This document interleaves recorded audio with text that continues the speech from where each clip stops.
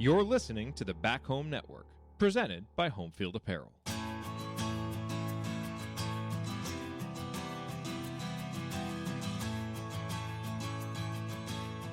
Right up Meridian, baby. All right, folks, welcome back. Right Up Meridian. Scott here with you. We have Tony and Dustin on the line. We're doing a three-way pod. It's big time. It's game 3. Before we get to them, just a quick shout out to our sponsors at Home Field Apparel. They have released a new Arrow McLaren collection. That is a race team for those of you who are not totally into IndyCar. Some great shirts. They got a Pato Award, Tony Kanaan, an anniversary shirt, just a ton of great Arrow McLaren stuff. I would check it out. A cool hoodie that I think I'm going to have to be ordering here in a second. They're getting into IndyCar racing. It's IndyCar season. We have Indianapolis 500, but they're doing the road course this Saturday. So you're going to have racers and pacers. You got pacers and then racers and then pacers this weekend. Let's go. As always, you let them know that the Back Home Network sent you. Use the promo code HOME23 for 15% off your first purchase. I've already made my first purchase, but if you haven't, go ahead and buy me the Arrow McLaren hoodie, and I'll pay you back on Venmo, and we can both, it's a win-win-win, as we like to call it in the sponsorship business. So check them out, homefieldapparel.com. And now, without further ado, let's get to our conversation, which is awesome, with Dustin, Tony, and myself here on Right Up Meridian. All right, folks, we have the threesome Voltron has created. We have Tony and we have Dustin Dopirak. How you guys doing? Doing good, man. I'm great. It's great to see Tony. It's been a minute since me and Tony have collaborated on something, so this is really cool. I'll step back. You guys can just do it. Yeah, you guys can talk. Yeah, Scott, if you wouldn't mind just hopping out. Yeah, just yeah, you guys can side text on the side. So, all right, we're at 0-2. I just want to take a moment. I did a real quick podcast yesterday walking through JFK. But I saw Dustin at the game Tuesday. Humble brag, I got to go to the game. I left the game thinking this, having been there. So now we're cutting Tony out. Sorry, man. I think unless something weird happens, I think the series can still go to 7. I think the Pacers can win at home. I had not been to MSG for a playoff game. I was very impressed with the energy, the electricity, and I just felt like if any close game, I just don't see the Pacers winning in a game 5 or a game 7 in MSG unless they can get up by like 10 or 15 and maybe also have a Brunson injury. I'm curious your thoughts on that, Dustin, also having been in the building, which was pretty electric game 2. it really was. I mean, I don't want to make it sound impossible, mostly because anytime I've said these guys can't do this, Fair. They can't pull this game off. They won't win here. They won't beat them there. They won't win in this scenario. I've pretty much been wrong. I mean, like with a handful of circumstances in terms of them missing too many guys, that it was just, kind of like, I was reminded of the Jazz game right before they got Siakam when I think like Bruce Brown was out and Neesmith, I think, was out, and basically they had to defend Lauri Markkanen with Andrew Nembhard, and Yep. So and they didn't have any options for anybody else. That's the last time I think I was like looked at and said, well, they've got no chance tonight, and I was right. But that's it. Like they tend to surprise you when you don't think they can pull it off. They obviously, I thought the atmosphere was electric in Milwaukee in game 1, and I was like, I don't know if they can pull this off in game 2, but they did, and they rose to that occasion. So I'm not going to say that, okay, that if they win the next 2 in Indiana, that it's not possible for them to go to New York in game 5 and win.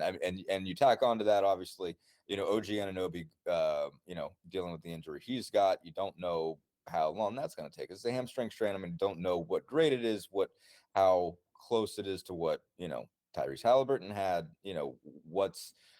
how comparable that is. If you take Anunoby out of the system the entire time, and you're even more sort of relying on that Villanova 3 with Brunson and DiVincenzo and Hart, I mean, you are getting to the point where you're asking a lot. Again, Brunson's been fantastic. DiVincenzo is just ripping threes, and Josh Hart's playing 48 minutes. But there is now a there is a mismatch that they can attack. Pascal Siakam should start getting rolling with not having to deal with OG Anunoby. So that should change the series a little bit. And so I think I don't want to rule it out, but to go back to your point, yes, it's really hard to win in the Garden. Yes, you know, like I don't think that while it is possible that Rick Carlisle's, small market thing is going to play well for him from a referee perspective in game 3 and game 4, he is going to get it mercilessly in game 5. New York will just jump all over his head, and he'll be fine because he's Rick Carlisle. Those things don't face him at all. But that is going to make the Garden even more charged up. I mean, he's front cover on, or he was front cover on the New York Post, illustrated as a whining child, and so like New York is just going to attempt to eat him alive, and even if it doesn't bother him personally, it is going to make for just a lit up environment. So like. It is going to be really, really hard. Like, I don't want to rule it out just because, again, anytime I've tried to rule these guys out for anything, I've usually been wrong. But, like it is going to be a bear to try to beat those guys up there for in game 5 or game 7. So I have one question, then Tony and I can kind of bounce questions off of you. Sure. You mentioned the Carlisle thing. This is my question. You're impartial, just being a media member. We're both fans, definitely impartial. I'm curious your thoughts on all of this, small market, the calls, as I look at it, I think a lot of the calls were, skewed a little bit toward the Knicks, but you get that. It's a home team. It's the playoffs. That's the way it's going to be. Where I thought was actually kind of egregious was, the 3 things in game 1 is obviously the handball, like that sucks. It can't be reviewed. It is what it is. The moving screen to me is atrocious. Like, you just cannot call that in that game. And I honestly think that the Nembhard foul on Brunson was kind of a weak foul, knowing that that's going to be a technical. Thought those were all tough. Where I have a tough time is then in game 4, in game 2 in the fourth quarter, Hartenstein has the double dribble, which he didn't double dribble, but you can't review that either. But yet the refs huddle up. They're like, we screwed that up. We changed the call. It's like, that's where I start to be like, this is really unfair playing ground. Is like, they're both bad calls. They both could have been changed on a review, but one wasn't. They both worked the Knicks' favor. I thought the rest of game 2 was called like a normal playoff game where the Knicks got a little more breaks. But I don't know. As I look at those things, it does seem tough. And I do wonder if maybe, there was more egregious calls. It felt like from a national perspective, everybody agreed the handball thing was tough, and everybody agreed the moving screen was like atrocious kind of nationally.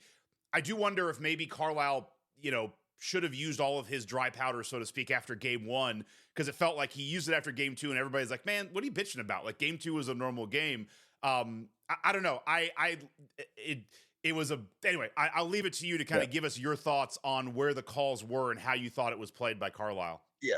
I will start here by saying what I say on Twitter all the time, which is I'm the worst press box official in the NBA, and I was the worst press box official in college basketball before I moved over. So like, let's not. I am not good at this. Just for the record, like I don't, I do not have the rule book memorized in such a way that like I can go out there and tell you, well, this was a foul and this wasn't because of clause, section. But you're unlike the Knicks fans I sat around, because they obviously knew the rule book inside and out, because everything they saw was a violation. But go ahead. It's a violation. Yeah, I am not. I'm bad at this. Anybody who follows me on Twitter, I've made more of a point of saying this. There frequently, every once in a while, I dip my toe in saying I think that call was wrong, and I get 5 or 6 people be like, "You're an idiot," and then I promptly admit that as soon as I can, to be like, you know what? You're right. I didn't see that. Like, I think there was one call. I think Lillard leaned into somebody and I jumped. I was like, I cannot believe they didn't call that, because especially, I mean, it was when my angle was bad, but like I couldn't tell he leaned into him from where I was. I mean, like, 5 serve, you're up a ways. And then I got 5 people you guys don't know ball. You beat writers don't know anything. I'm like, okay, man, I get it. No, it sounds like being married. You have an idea, then it's like you get shot down. It's like, oh, I'm stupid. So yeah. All right. Yeah. All right. Yeah. Okay. From every angle as well. Yeah, from every angle. Yeah. Yeah. Just let's ease up. But I think, he has been basically game 1, he did what he has done. He has been consistent about that. And then even I tried to, I asked, I literally said this, basically in game 2 pregame. And I said, hey, I know you're probably not going to answer this, but just so I throw it out there, do you have any thoughts on the last 2-minute report?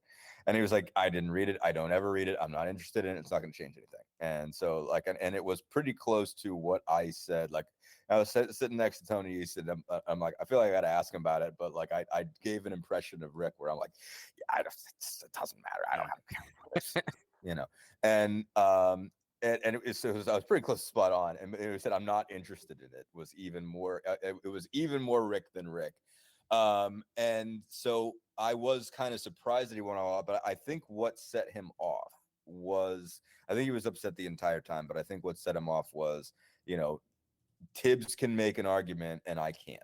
Like I think that's really what the thing was that bothered him. And I think to everyone's credit, nobody thinks Hartenstein double dribbled. Right. Nobody was making that case. And so like I watched it again and I was like, oh, I don't know where you guys got this, to make this call. But it was just like, oh, you can make a dumb call against us, like a patently stupid call against us, and you don't huddle, but you do it for them. It's like we're not asking for a video replay. You guys just should have got together. Now, it should be pointed out, of course, that it's a different crew. Right. It's three different guys. And like and if I'm those guys, my thing is like, I don't care if last night's crew wasn't professional enough to handle this. We are. So like, that doesn't mean we're conspiratorially against us. Like, we're not getting it wrong on purpose because they got it wrong last night. Like, that's not how we play, and I, if I'm an official, that's what I would say. Like I like, don't expect me to screw up because they did, just because it didn't favor you last night and it doesn't favor you tonight. Don't expect me not to do a professional job, because it's just what you should do. You should huddle, like if you're like, all right, are we sure about this? Like, are you sure? Like they should have huddled after the kickball. I don't know if someone didn't have a view on it or what. Like obviously again, like the rules say you can't video review it, but I'm guessing just if you ask them both, okay, if you sat down the officials or like and thankfully like because this stuff sucks to try to do in real time. I've been the pool reporter, and it's easy to do it when something happens like early in the fourth. It's hard to do it when it's like when everybody's on deadline trying to knock stuff out that you can put online as soon as the game ends. So I got to give credit to Fred Katz for being on it after game 1, at the end of game 1, to get a pull report request in. So I want to thank him for that. And I don't think we got one in for game 2, which again, like I'm not complaining because it's tough. I'm usually the pull reporter here. I'm pull reporter night. But like that was really helpful. And so I don't know if we'd have had the same scenario, what they would have said as far as huddling, or, if you could go back and ask the guys from game 1, why didn't you guys huddle? Did nobody have it? That kind of thing. So I mean, that's altogether possible that nobody got a good angle on it, to say that it definitely wasn't a kick. Whereas in some case in this one, somebody could have stepped in and said there definitely was a double dribble. So obviously it's a lot of babbling to say, do I think that there's a small market conspiracy against the Pacers? No. Do I think it's that there's a possible benefit for Rick Carlisle saying that going into game 3? Probably. I mean, like Rick's trying to do this strategically, psychologically, and stuff like that. Rick plays me and Tony psychologically on a nightly basis, like, and I know it, and it's annoying, but like I know what he's trying to do. I know when he's not going to answer questions and when he is, and it's like it unnerves you, but you're just like, oh well, great, now I can't really write that. I don't have the quote I need from him. And so it's just like, so I know what he's doing. Like I know he's trying to get this way, and he's going to just, if they don't get calls in game 3, he's going to go nuts, and he's going to get, I mean, this is going to cost him money, like in the next 24 hours, like sometime between now and tip off, like he's going to get, I'd be utterly shocked if he doesn't hear something from the league. Yeah. And so like, he obviously, is willing to spend money to, change this scenario. So yeah, I mean, like I said, like I don't know that they got worse calls than you would normally get in a very loud home environment. I mean, I think we know that there's a psychological effect there when you're making, like split-second decisions. It tends to go that, in a home environment where it's loud, the home guys tend to get calls regardless of what market that's in. If your place really shows up, and like as far as just fan excitement or whatever, like it leads to synapses firing that way that it ends to edge your way. Yeah. And that's not like that's not like they're not thinking about how much money the league is going to make, because I don't think they get, like some kind of like, as far unless there is a truly vast wide-ranging conspiracy that they get a chunk of it, when they have series in New York and Chicago and LA, like it doesn't really make a difference for them. It's just how it tends to work, at any level basically of sports, just whether it's high school, college, or someplace else. These guys aren't getting a cut of this. It's just that's how the environment just affects the human mind when it's making super quick decisions. Yeah, to me, honestly, the kick was frustrating, but it was honestly the screen DiVincenzo set right before the kick that aggravated. That's actually blatant. Like I didn't know it until I saw the last 2-minute report. And so they obviously have all like clips on every single one of these, so you can see it, and it's blatant. Like he hooked the heck out of him, and he missed it. Well, and to miss that, and then to call the Turner one, like the Turner one is just such a marginal call anytime during the game. So yeah, I mean, obviously to me, and this does get a little bit into like me not being a great press box official, but like, and I think Turner's argument, really kind of makes the point, and it's just, and I was having a discussion about another reporter on this on the train going into Brooklyn the night of, because it gets into like what there's kind of a spectrum of philosophy, right, in terms of like when do you change what you call in the last 10 seconds or last minute or last 2 minutes and let them play and decide the game, or don't you, or are you is it deciding the game to not call something you would have called early in the fourth quarter? And so, and to Miles's point and to the Pacers' point, it's like you don't want to put yourself in that position, where they can make that call or they can't. It's not wrong, like it's not letter of the law wrong, and they reviewed it and found that it was still right. Like again, you can say, how can you make that call with 10 seconds to go? There's 2 seconds left, but it's also like, all right, well, it's a defining play. Like if they score on an illegal screen, didn't you tip the scales the other way, like can basically like whether you think it should have been called illegal or not. Miles Turner set a screen that Dante DiVincenzo couldn't get around. And if it's illegal, then it's like, all right, like you have tipped the scales into Tyrese Halliburton getting downhill and getting the shot. So like, have you weighed it that way? But the bottom line is on that, like you're making a philosophical decision. You're not making a rule-based decision. You're making a choice based on what you believe, whether you believe the game should be officiated different in the last minute or you don't. And so there is a range of philosophy on this.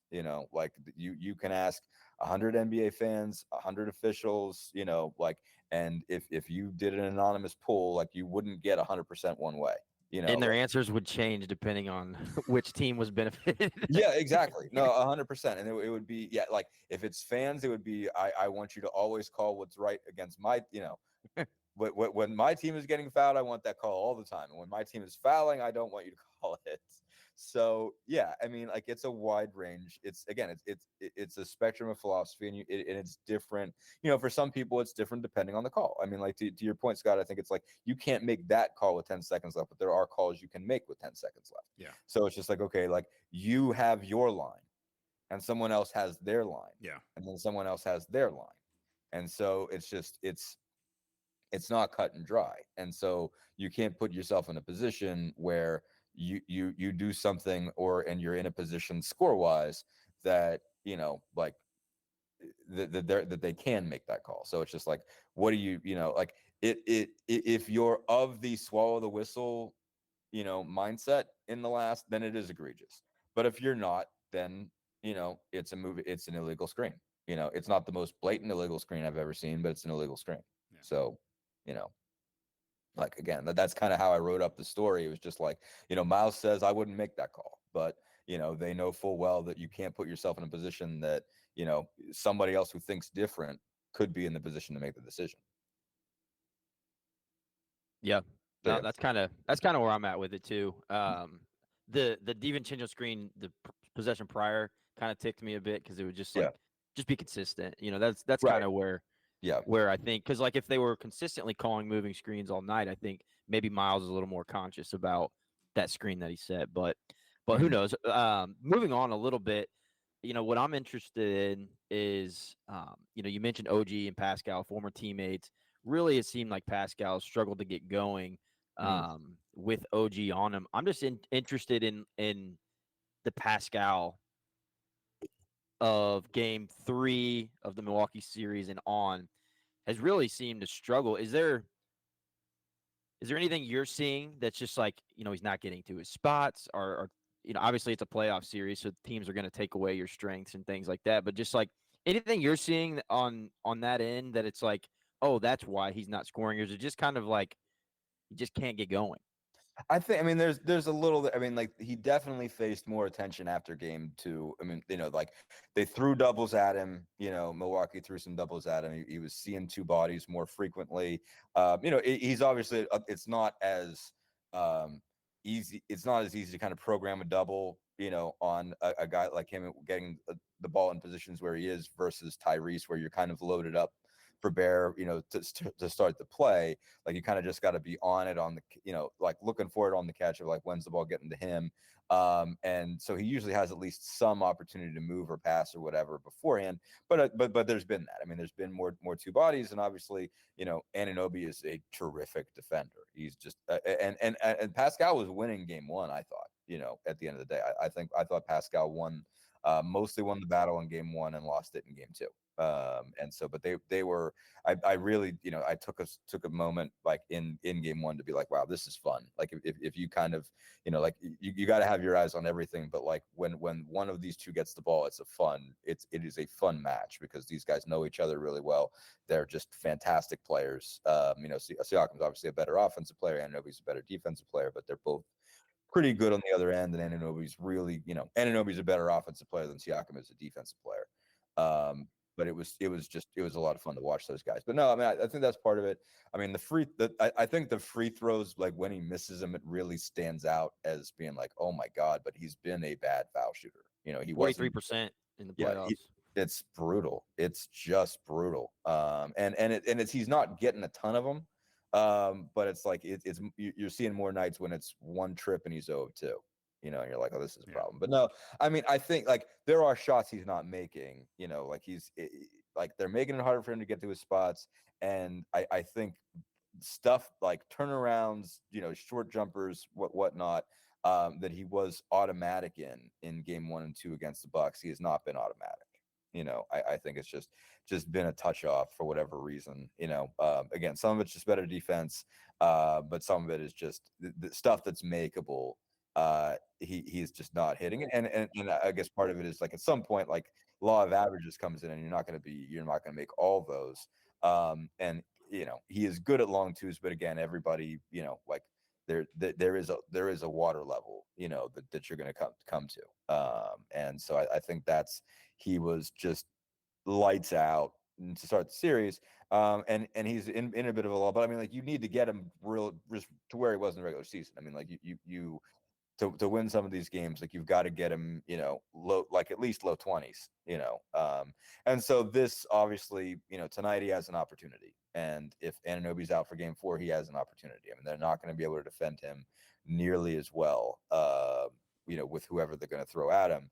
And if they don't, like if they cross match and let's say they put Josh Hart on him, he's going to have a size advantage there, as much as Hart's a really good defender and a super tough guy. And he is just, like Josh Hart is he's not even really unsung, because if you're a New York hero, you're not unsung. Right. They sing, whether you're, Bernie Williams or, like Jim Leyritz or, like I'm trying to think of other, like not even John Starks. Think of somebody like less, like heralded than John Starks that basically has Anthony Mason's pretty high up there. Who's that? Anthony Mason. Like they got a stuff for Mason. Yeah, exactly. So, like in like you like if you're Phil Rizzuto and you go to the Hall of Fame, if you play for the Yankees, like that's New York. So like Josh Hart is getting getting plenty sung right now. But like he's terrific. He's a tremendous basketball player. But I think it's going to be a tough assignment if he moves down to that. I think if he gets Achua, I think he'll eat Achua alive, probably. So tonight is his night to get right, and he really has to. But like I said, I think it's just attention. I think it's missing some shots that shouldn't be automatic shots for anybody, but that he does frequently make and he's not making. Well, and you look at Siakam, he's still the leading scorer for the Pacers in the playoffs, I think at 20, right around 20 points a game. And it really is on the margins. Like the first two, looking at the stats, the first two games against the Bucks, he was obviously, fantastic, but he shoots, 25 and 23 field goal attempts, shooting 70, 60% and then 70%. Every game thereafter, he's been right around, 14, 17. So it's really only a matter of like 5 or 6 more attempts he took in those first two games. Just he made 15 and 16. He was shooting in an unbelievable clip.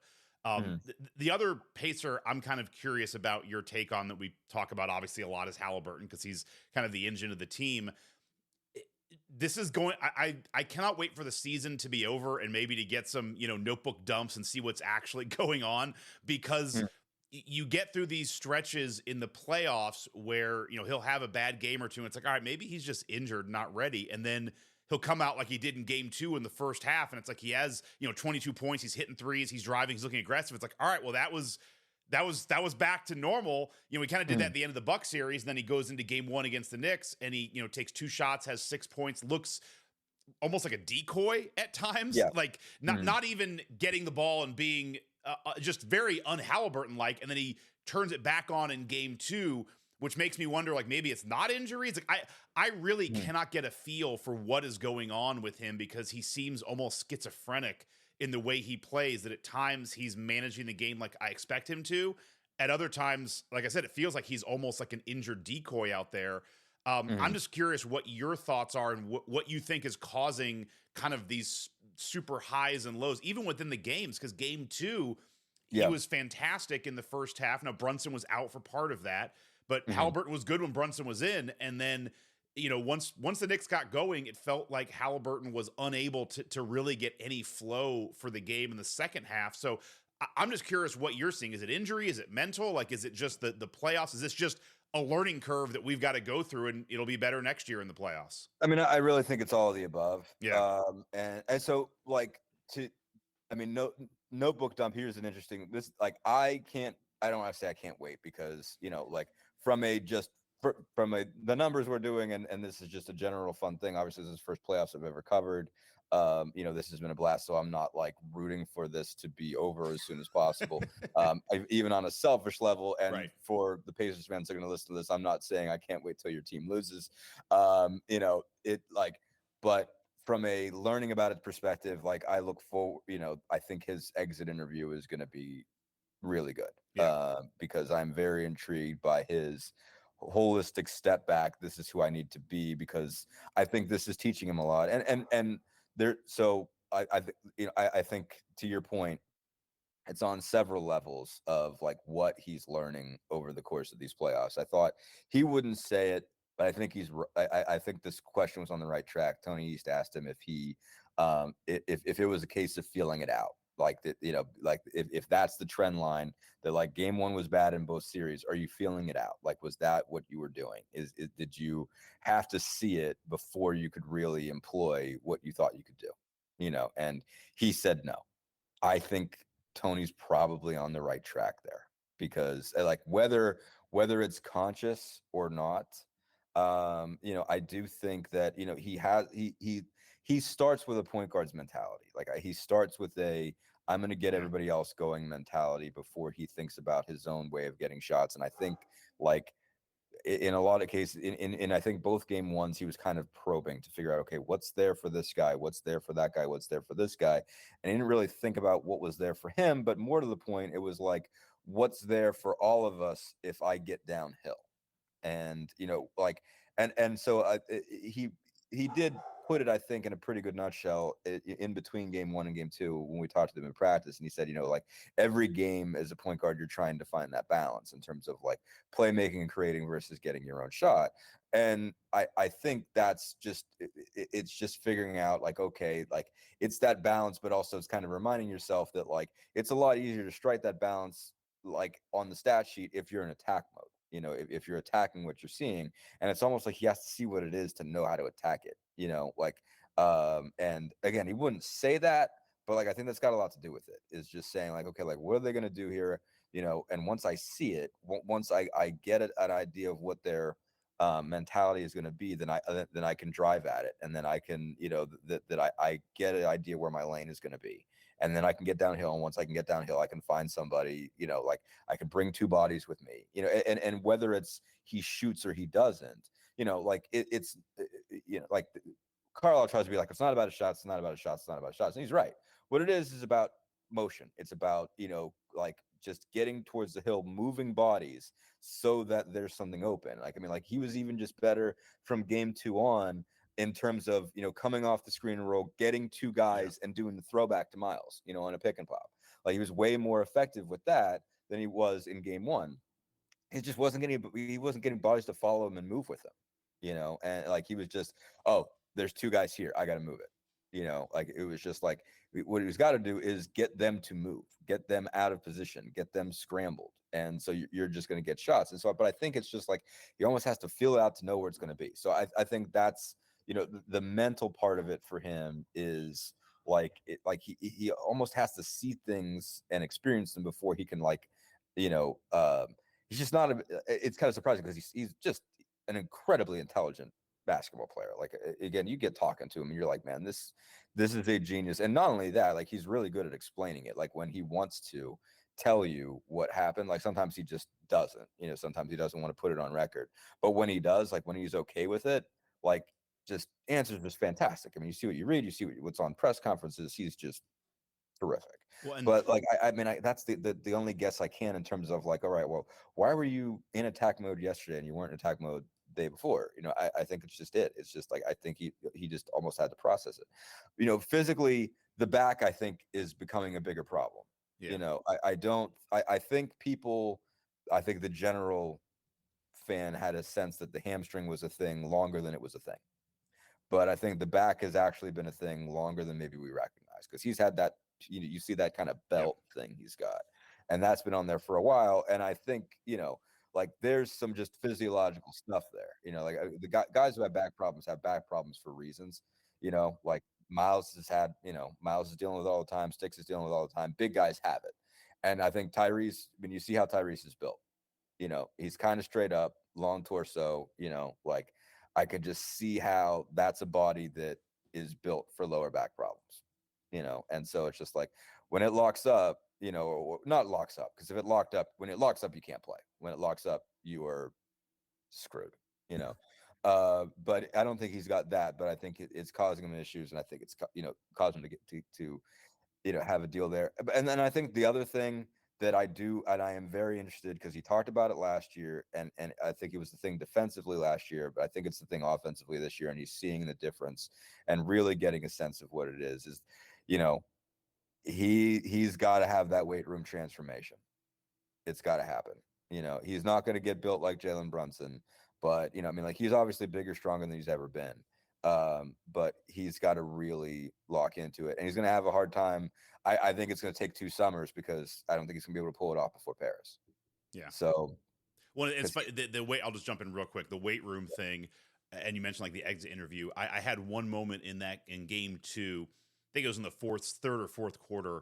Tyrese drove to the lane, like had an opening, drove there, and just got crunched by, I think, Hartenstein and Hart, like just double blocked at the basket, like got pushed off. And I had that thought where it's like that, you know, it feels like obviously Halliburton cares about this stuff, understands it. It kind of felt like that was a bit of this is not a comparison at all, but just a Jordan against the Pistons moment where it's like, man, yes. I've got to get bigger. Like, it's not going to happen this series. Like you said, it may not even happen this offseason because of Paris, but I do wonder if that's a moment where you go back and look at it and it's like, man, if I'm a little bit stronger, I can push off and dunk that and just get to the hoop and finish it. And that was a moment where it's like, again, this is why this is great. It's like you learn this stuff. He's only 24, but I do wonder if he sees in that. Anyway, Tony, go ahead. Yeah, well, I think alongside that, I think those are both great points and kind of things I was thinking through as you guys were talking about it. You know, in his first year, he played 58 games. Second year, 77. Last season, he played 56. this season he did play 69 in the regular season, but probably would not have played that many had the All-NBA thing not been lingering over his head. And so I think he's also, this learning experience is like, man, if you're going to make a run in the playoffs, like you're going to play around 100 games or somewhere in that vein. And so I looked back because I'm like, some people are like, I think the moment's too big for him or whatever. It's like, I get the playoffs and the in-season tournament are different, but at that point in Tyrese's career, the in-season tournament was the biggest games he had ever played in the NBA. He had never played the playoffs. So it's like the magnitude of them was bigger to him. He was 27, 13, and 5 in those 7 games. And so it's like, I don't think it's a moment thing for him. I think it's truly, the physical leads to the mental, certainly. And so, yeah, it's just very, very interesting there. Yeah. So I know, Tony, Dustin, you got to hop off. I'm going to give you 2 real quick yes/no questions. One, do you think it makes sense for Tyrese to not play in the Olympics this summer and just get healthy? No. Okay. No, because I mean, like, and I'm sure somebody could have made a case that he should have taken off the All-Star game. But I just, these are once in a lifetime opportunities. No, that's totally fair. And then opportunities. And there is something to be said, but like I mean, and like it maybe pushes back his development a year. Like he'd regret that the rest of his life. No, I hear you on that. Last thing, I know you got a hard out, is the line for tonight is Pacers by 7.5. So Vegas knows something. It feels like, we can get home, got to win game 3. I mean, there's no must wins till game 4, but it feels like Vegas knows something. OG's out. Do you see 2 back-to-back wins in Gamebridge this weekend? Maybe. It's not a sure thing. I mean, they really, really, really, really, really got to win tonight. Yes, I agree. It's a must win. You can't go behind 3-0. I mean, you just can't. Like I promise if they find the Knicks are not giving up a 3-0 lead. Right. Period. End of story. The Knicks are not going to be the first team to give up a 3-0 lead. They're not letting you back in game 7. If they go up 3-0, maybe the Pacers turn around and win game 4, but it is over in 5. Hard out. If they lose tonight, it's over in 5. No questions asked. They have to win tonight. Again, they have the benefit of playing without Anunoby. Gamebridge is going to be fired up. They're going to, feel the difference here. And it's like 7.5 seems like a big number for me. But in the rhythm of a series, these guys are competitive enough that I just don't, I would be surprised if they lost. Again, I'm the worst. Don't bet anything on anything I ever predict. That's a public service announcement. Do not do it. You will end up, tortured and broke. Which is why I don't bet money on everything. I learned very early in life not to do it. And so, I don't gamble because I'm usually wrong. Right. But yeah, I would be really surprised if it makes sense to favor these guys. But it's just, once you get past the glow that's going to be in there tonight, are they still going to have it in game 4 on a Sunday afternoon? That's going to be tougher. And so, it's really, obviously it's going to give you a good sense of where they are, who they can be in this series. But it's, they can win, they can win both of these. But I wouldn't guarantee it. But again, OG, if he's out for both of these, it just does change the series. I like Brunson has a lot of will. Josh Hart has a lot of will. Like I wouldn't rule the Knicks out because of those guys and DiVincenzo. But Anunoby really changes what you can do there. And again, Siakam should have a monster game. Well, Dustin, I know you got a busy day. You got to get to Gamebridge tonight. I appreciate your time. Thank you, my man. Be good. We'll catch up with you after the weekend. Appreciate you having me. All right, Tony, you and I can stick on for a little bit and wrap it up. Always good talking with Dustin. Good to talk to you, man. Yeah. Yeah, I agree with everything. Tony. Everything Dustin just said. That I think Vegas always knows something. To have a 7.5 line, I think the lines for most of the games in New York. Brunson's probably more hurt than agreed. Maybe. But I'm with him that I feel like the Pacers should win tonight. We're recording this on a Friday. I am really worried about that game 4 because that is. Do you have a letdown? Do you have that Sunday? It's a quick turnaround. How bad is Halliburton's back? Do they bring back OG for one game? And it's that mental piece of, can you come back and not close out, but close out the homestand with another win, because they're both really must wins. Because I see you getting another game at MSG is going to be really tough. I'm worried about that Sunday game. I'm worried about all the games. The 7.5 tonight, that was surprising when I woke up this morning and saw that. Knowing that OG was out. So to me, that's gotta lend itself to, Brunson's injury as well is lingering a bit or something along those lines. And given the Pacers have, they've played what? I'm not a math major here. 48 plus 48 is 96, I believe. Yeah. They played 96 minutes in this series. The Pacers have probably played better 70 of them. Yeah. So it's not like the Knicks have just dominated the Pacers in every facet of the game. Where it's really coming down to is winning time. They have a freaking documentary about the Pacers and the Knicks in favor of the Pacers during winning time. But winning time is where, the Knicks have really turned it on. And it's one thing I wanted to talk to you about is McConnell, has been the best player on Brunson, it seems, defensively. Offensively, the Knicks can't keep him out of the paint. Right. He's scoring. He had a double-double in like 20 minutes the other night. He really turned the tide in the Pacers' favor in game 1 and 2. And then, he has to sit the last 6-7 minutes and, kind of watch the Pacers crumble the last couple of games. So I'm interested to hear, first of all, your personal thoughts. Do you think they should play him? And then your second of all, down the stretch. And then second of all, even if you do or don't think, do you think maybe Carlisle looks to switch things up the last 6-7 minutes tonight if they're in a similar situation? You bring up the winning time thing, and I'll take the long road to get to the answer.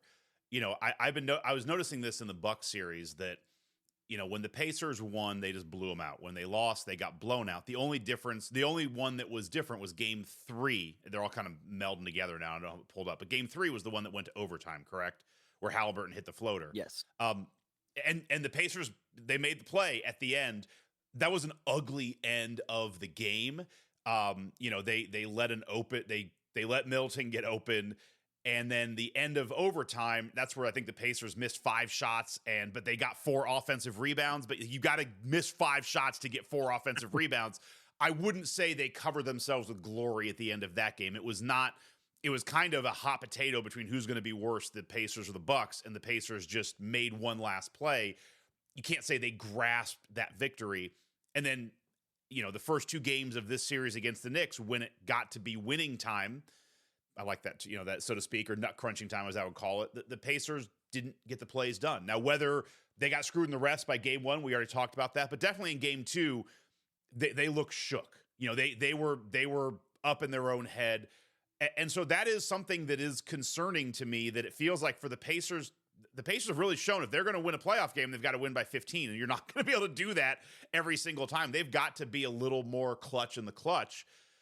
And I do wonder if that is McConnell. McConnell has been really interesting this playoffs for me, because on one hand, I'll go negative then positive.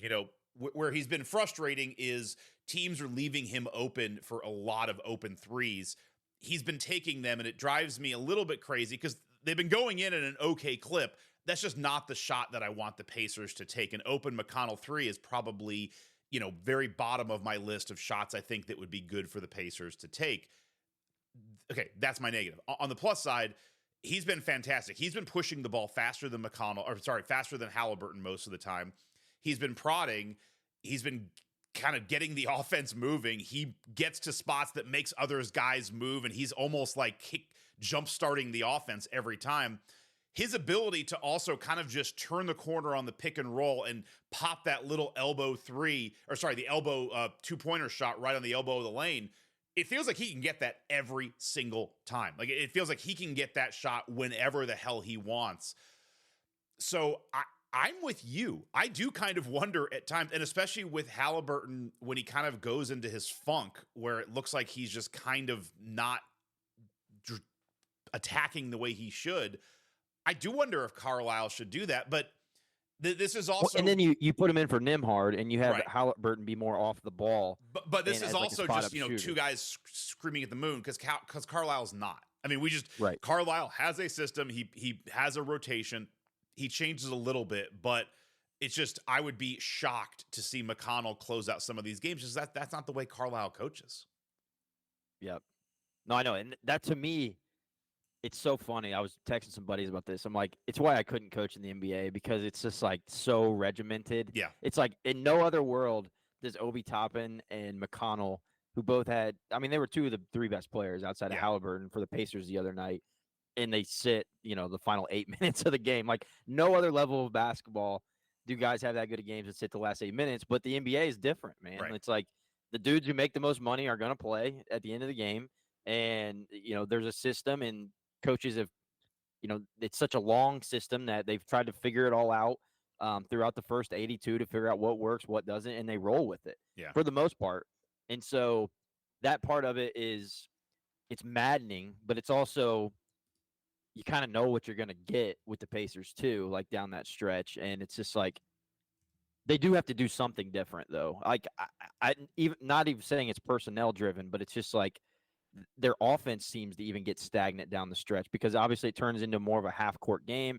And then they're just, I mean, I think back to game 2, it was, the Pacers were maybe down 4 or 5, and they had the ball. Miles shoots a step back 3 early in the shot clock, and then Pascal comes down and shoots a contested, like, 14-footer fadeaway. And that, to me, just like put the nail in the coffin on the game. And to me, they got to figure out something down the stretch different than what they've been doing, because they don't really get stops, and they haven't been scoring as well. So it's just like, what do we got to do here? So well, I think what was interesting is going back to that game 3 against Milwaukee, the final play that Halliburton, made his little floater on. And I think this was like Zach Lowe was talking about it, but it is smart. The Pacers have shown this is why they're going to be a tough playoff team to kind of close series out, is the playoffs things slow down. The Pacers are not great in just straight half court offensive execution. They're fantastic going downhill running, but that play, they basically created a half court play by throwing the ball into the backcourt. It kind of mimicked a somewhat going downhill play that you had Halliburton coming with a head of steam. I think Turner had the pick at the very top of, outside the 3-point line. Like they tried to mimic a transition play in a half court set. It's just really tough to do that and do that in multiple ways. And you can't always throw the ball in the backcourt. And I do wonder, maybe bringing in McConnell Toppin, who can do some of those things, maybe kind of switching that up would be good. I also just wonder, from a defensive point of view, you said, the Pacers can't get stops. Just, you saw them trying to double Brunson a little bit more, but then they would just get torched by DiVincenzo, who Too obviously high. can't miss. Like, I guess he just isn't going to miss from 3 this series. Good to know. Their rotations aren't able to do that, which again goes to like, all right, maybe, but this is where I think Carlisle's in a tough spot, is that Obi's great, but Obi's not going to help you on rotational defense because he's not good at that either. And, McConnell does okay against Brunson, but Brunson has the size. He's not locking him down. Yeah, and I also think McConnell's getting worn down. I mean, McConnell looks tired because he's going 100 miles an hour on offense, and then he's getting his ass busted by Brunson on defense. You're asking a lot out of TJ McConnell at this point. Did you see him going at that fan in game 2? Yeah. That was awesome. Well, he also, so when Carlisle got kicked out, I think you were at the game with me this year where McConnell got pissed at the ref. That was hilarious. Yeah. Yes, and he started mimicking him. He did that again in this game. Like, there was a play where McConnell did travel. They didn't call it, but the fans were going nuts on him. And McConnell took the ball and did the thing where he held it before he passed it in, just kind of looked at the ref and chucked it in and was pissed. Anyway, Carlisle got ejected. McConnell just stood 3 feet from the refs. They were huddling at center court during a timeout. He just stood there with the towel around his neck, holding both sides, just standing there. There was an assistant coach for the Pacers, had his arm on him. And then the minute the refs broke, McConnell just walked along with him, just clapping at him. I'm like, dude, McConnell's going to get kicked out of this game. He was getting pissed. I will say this. I'm all over the map, but I'm going to make a point here. What the Bucks did in that series, in the last series, was when they would start to kind of junk the game up, and Portis and Beverly would start, doing their Portis Beverly shit, and they'd start smacking and get technicals. It did feel like it got in the Pacers' head, and the Pacers started to try to fight back more than play basketball. I noticed that again in game 2, except this time it is more with the refs and the crowd. And, this is where I hope Carlisle can refocus this team that, like, look, you cannot get wrapped up into this, because once we start getting pissed about calls and we start like, we're getting screwed, we don't play well. Same thing with the Bucks. When we start worrying about fighting and, they're smacking us and that kind of stuff, like we get out of our game. The Pacers just need, so it's funny with all the McConnell stuff, but it's like, they just need to focus on playing basketball, play faster, play with pace, the full court defense, just play better and don't worry about any of that other stuff. Because once we start getting involved in that, we get shook, it gets in our heads, and the Knicks seize on that. Yeah, no, absolutely. And you mentioned the pace, and we mentioned, like, hey, the Pacers are probably 170 of the minutes played in this series so far. Part of that is because they actually have dictated the pace. Like, right. I thought whoever was going to dictate the pace was going to win this series. I mean, the Pacers have certainly dictated the pace. The Knicks have scored 130 and 121. Like, that's not really how they play basketball. The problem with the Pacers dictating the pace is that they just have not gotten stops. Yeah. Like, they just cannot defend at all. I mean, part of it is the Knicks, like DiVincenzo just making every shot, but part of it too is just like, well, how the hell did he get so open? Yeah. Like, he's made every shot. Why is he just standing there wide open? So some of that has been frustrating, but it's also like the story of the Pacers season, right? Like, they score a lot of points and they don't defend particularly well. Like, that's how they've played, and they've won some big games and they lost some stinkers throughout the year. And we're kind of seeing that right now. But we mentioned this on the last pod.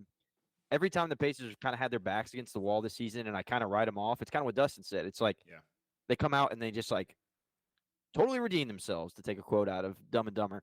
So it's just like, when they lost game 2, most of the time I would have been, like, really pessimistic and like, all right, this series is over. Like, you had 2 winnable games and you just blew it. I still feel okay about where the Pacers sit. Now, talk to me here in about 12 hours, and I'll let you know how I'm feeling, because certainly if they lose tonight, it's over. But right. I don't necessarily feel horrible about the 2-0. Obviously, it would feel better if it was 1-1 or in the Pacers' favor, but they've shown me that they can play with the Knicks. The Knicks are now injured a bit. They're coming back home. You mentioned it. Like, MSG was completely lit. Like, I wasn't there, but it came through on the TV. Like, their fans are bonkers. They're longing for, this type of or this opportunity to probably go play the Celtics in the Eastern Conference Finals. Like, it's all exciting for them. So the fact that the Pacers were able to battle, took it to winning time in both of those games, it doesn't seem impossible for them to win both of these and then steal one in MSG at somehow, some way. Now, it doesn't seem likely, but I still don't feel like it's completely over. Here's what the Pacers have in their favor, and it's this, this is where it's like one of my favorite sayings, like, it's a feature, not a bug. With the Bucks, you could look at it like, man, the Pacers got lucky because there's a bunch of injuries in the Bucks. Like, yes, that was fortuitous. That was helpful that Giannis wasn't playing. On the flip side, if you're the Bucks, when you are relying on a lot of guys who have a ton of miles. I'm looking at Lillard specifically, but is, over 33, over 34 in the league and has played a lot of minutes. Those guys get injured. Like, that's not lucky. That is what happens with, outside of, LeBron James. We'll put him off to the side as a unique outlier. Most guys who are 34, 32 or whatever Lillard, above 30 and playing a ton of minutes, there's injury concerns. And a lot of times those guys don't finish the playoffs, or they have issues finishing the playoffs. Giannis is getting up there in age and has a lot of minutes. In the last 2 years, I'll just say he hasn't finished the season. He's been injured. So it was good timing, but it's not like oh my God, just horrible bad luck for the Bucks. Like, no, that was one of the concerns for their team. Is they're an old team. Old teams get injured. I look at the Knicks in the similar way, that their bug is Tibbs plays these guys into the ground. And so, when I was there talking to Knicks fans at the game on Wednesday, it was kind of like we were joking, like, man, Tibbs, you ran Brunson in the ground, and they're like, yeah, I know. Like, it's like, yeah, I know. Like, this is what Tibbs does, but this is OG is a guy who gets hurt a good amount. He doesn't finish seasons. He doesn't play 100% of games. The fact that Knicks players are going to start, sloughing off with injury, yes, it's good timing. This is not just bad luck for the Knicks. This is the problem with the way Tibbs coaches. And so I look at this series as you've got to just keep finding ways to extend the series. And maybe Brunson misses a game. And to me, that's not unlucky or a lucky break for the Pacers. That is, you're trying to exploit the advantage you have, is that you have a younger team with more players that plays more. You're playing a team that basically plays 6 guys.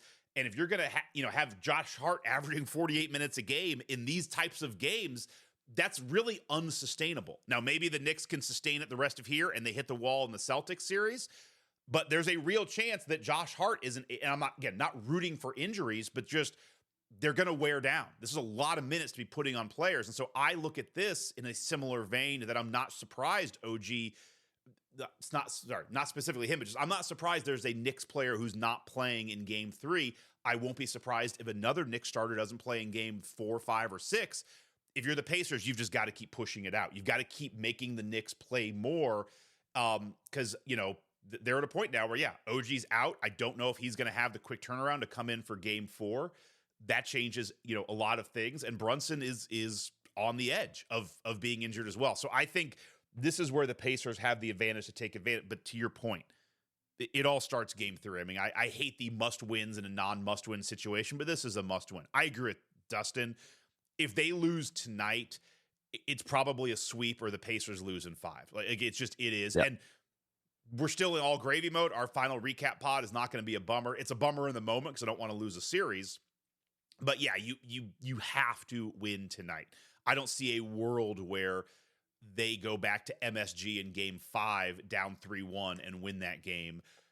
And I don't see them coming back from a 3-0 lead against this Knicks team doing 2 of it in MSG, 1 being a game 7. None of those things are going to happen unless the Knicks completely implode in injuries. Like you lose everybody. Yeah, no, totally agree. And, looking at the Knicks, even in their last series, they got up 2-0. MSG was lit, got back to 2-2. And then they got up 3-2, coming back to MSG. Then they blew game 6. We've talked about winning time and stuff with the Knicks. Like, they completely blew that game 6 against Philly, where, Tyrese Maxey had 4-point play, and then they didn't foul. And then that was game 5. Another 3. Or was that game 5? Yeah, because the series went in 6. Yeah. That did not go to 7. The series went 6, right? That's right. It didn't go 7. Yeah. And so, but you're right. Like they blew game 5, and they honestly had, they were blowing game 6 and then came back to win the game. So they were up 2-0. It didn't get back to 2-2 then, did it? I think it did. I have to go back and look.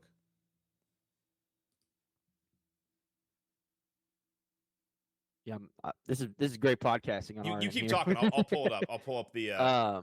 Yeah. So they went up 2-0. They went 2-1 and then 3-1, and then they were coming home. So they were home trying to close out the series in 5. That's right. And then they lost that game in MSG with a game 5 to close it out. So I mean, it's possible. And they went to Philly and won. Gotcha. That was in the Buddy Hield game. Yep. Game 6. Yeah. So I guess my point here is that, like, the Knicks aren't some invincible, force that just can't be penetrated. I think Gamebridge is gonna be awesome tonight. Still trying to figure out if I'm going or not. Nice. I secured babysitters. Okay. So my wife has an event tonight, and like this is weeks and weeks ago. She was like, "Hey, I got an event on May 10th. All good." I'm like, "Yeah, no problem. I got the kids." Well, then this series came out, and I'm like, "Son of a bitch!" And so I'm like, I called my parents last night. It was like, "Hey, you guys want the kids tonight?" And they're like, "Oh yeah," they're absent. So I have a babysitter tonight. So I'm still deciding if I'm just gonna go downtown with some buddies and watch, or if I'm gonna actually pull the trigger and go to the game. But I do have a babysitter secured, so that was step 1, and that was a major step. So. Yeah. Either way, though, I'm excited about the atmosphere in Gamebridge tonight. Again, I'm with you. Must-win situation for the Pacers, just in terms of momentum and even momentum possibly into, like, next season. Like, if you get swept, it's kind of like, man, like, again, it's not doom and gloom, and we're still excited about the future of the Pacers. But like, if you lose in 6, it's like, all right, like I feel like you get a little bit of momentum going into next year. Like, hey, we competed in the Eastern Conference semifinals, and whereas getting swept, it's kind of just like, it puts a seed of doubt in your mind. Like, maybe we got lucky against the Bucks because their injuries, and then we played a real team and just got like. Well, especially because that's how it is. But I can see the Knicks. I mean, the Celtics are now a schizophrenic team on their own, but I could see the Knicks struggling against the Celtics. So it's like if the Knicks, losing 5 to the Celtics, and it's like, man, we got swept by that team. I'm with you on that. It changes the narrative slightly. It's still a successful season, but I'm with you on that. It would be cool to just be like, hey, man, we won all our home playoff games. Right. Yeah, because it's like Cambridge is a force to play in, and because I think it is like when that place is rocking, like it's awesome, like it's so much fun, and it's an awesome venue. Like how was MSG like in terms of like the aesthetic, not like the atmosphere, but like the aesthetics, the concessions, like how does it compare? I've never been. So I've been there a bunch. So I grew up in, for those who don't know, I lived in New York till I was like 9 years old, and I moved to Bloomington. And so I'd always go back to New York once or twice a year to see friends and family, like with my parents and stuff. So I went to a bunch of Knicks games in the 90s.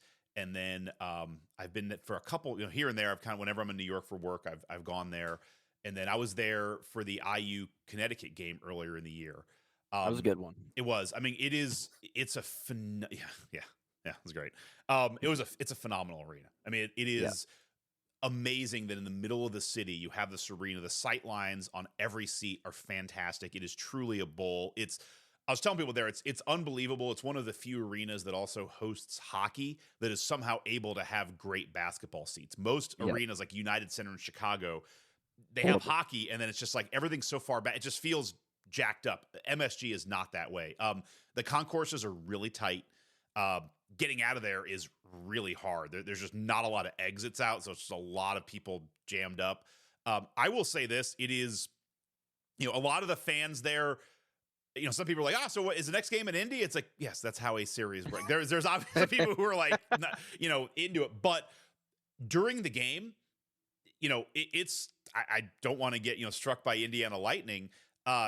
They're more locked in during the game than I feel like even at Pacers games. Like nobody's going up to concessions. No one's really going to the bathroom. Everyone's doing it during timeouts, and then it's almost like a play. We went to get a beer at halftime, and the lines, everyone's out at halftime, so the lines are long. So when we come back, play had just started, and all the ushers, they're like, wait till there's a break and play. Like they would not let you go to your seat until there was a break and play, which I thought was like, I love that.